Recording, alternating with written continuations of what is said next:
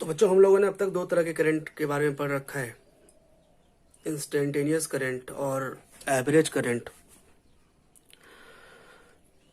जब अच्छा आपको एक बात और मैं बता दूं, आपको ये कब पता चलेगा कि वो सारे बच्चे पढ़ लेते हैं, फार्मूला टीचर पढ़ा देते हैं, बच्चे पढ़ लेते हैं, और बच्चों को ये पता नहीं चलता कि फार्मूला लगाना कब चाहिए।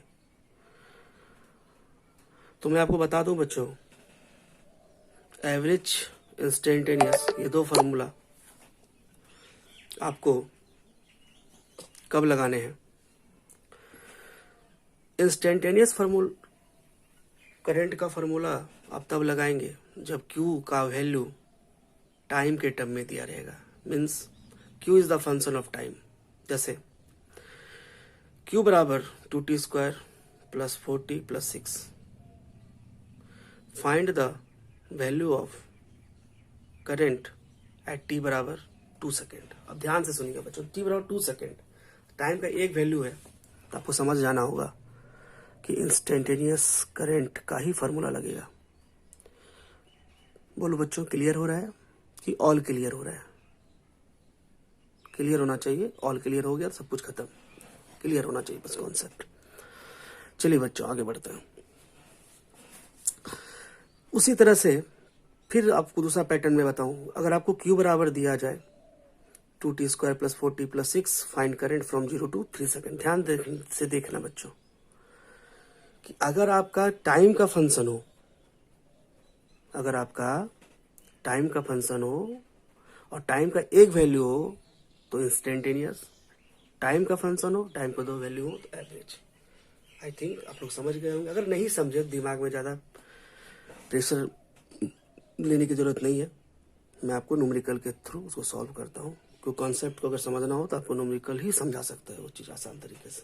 चलिए आइए आगे बढ़ते हुए हम आपको कुछ अलग फार्मूला करंट का देना चाहते हैं कि मान लीजिए if charge Q is revolving in a circular path. अगर कोई चार्ज Q हो और वो सर्कुलर पाथ पे रिवॉल्व कर रहा हो, तो बच्चों आपको यहाँ दिख रहा होगा, यहाँ पर देखिए एग्जांपल दे रहे हैं।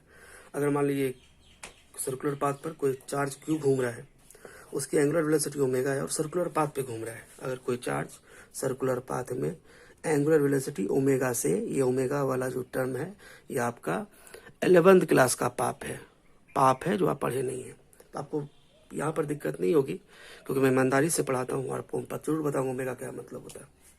सर्कुलर मोशन आपने सुन रखा होगा, कुछ बच्चों को याद आ रहा होगा, धुंधला धुंधला ये कॉन्सेप्ट। चलिए आइए आपको हम समझाते हैं। अगर कोई Q चार्ज सर्कुलर पाथ पर रिवॉल्व कर रहा होगा और एंगुलर वेलोसिटी ओमेगा से और उसकी रेडियस r होगी, तो बताइए एक पर्टिकुलर अगर हम एरिया काट लें, इस एरिया से कितना करंट पास करेगा। ठीक है, तो आपको क्या करना है बच्चों, ओमेगा गिवन है, चार्ज गिवन है। ठीक है बच्चों, तो आप सिर्फ ये पता लगा लो कि एक बार चार्ज अगर यहाँ से इंटर किया तो अगली बार फिर कब इंटर करेगा, तो वापस लौट के फिर कब आएगा। इसको हम लोग टाइम पीरियड के नाम से जानते हैं। तो ओमेगा बराबर होता है 2π/t, तो यहाँ से इंटरचेंज की और टी बराबर लाए 2π/ओमेगा, और टी को यहाँ बच्चों टाइम पीरियड बोलते हैं। वो टाइम है जिस टाइम में चार्ज अगर निकल गया तो फिर दोबारा यहाँ पहुंचेगा, इतने ही टाइम में पहुंचेगा, इतना वैल्यू होगा उसका।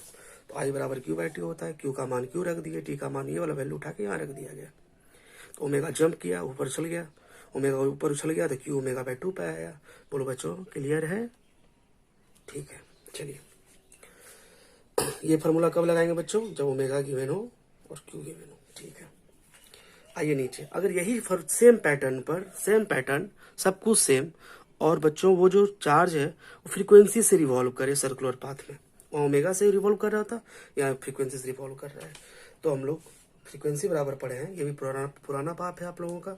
F बराबर 1/t, T बराबर 1/f, तो I बराबर Q/t होता है। टी का मान यहाँ रख दिया, ऊपर ऊपर चल गया, ये हो गया। ठीक है बच्चों, QF इन्हें फार्मूला लगाना है जब ओमेगा गिवन हो, Q गिवन हो।